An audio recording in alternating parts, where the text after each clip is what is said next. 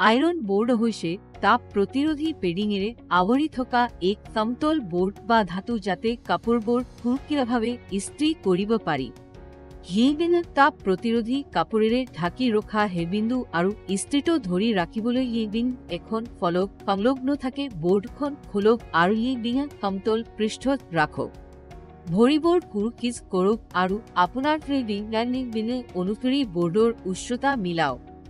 নিশ্চিত কৰিব যে লোৰ বোৰ্ডৰ বেটুপাতত কোনো চিহ্ন বা দাগ নাই যাক আপোনাৰ কাপোৰলৈ স্থানান্তৰ কৰিব পাৰি।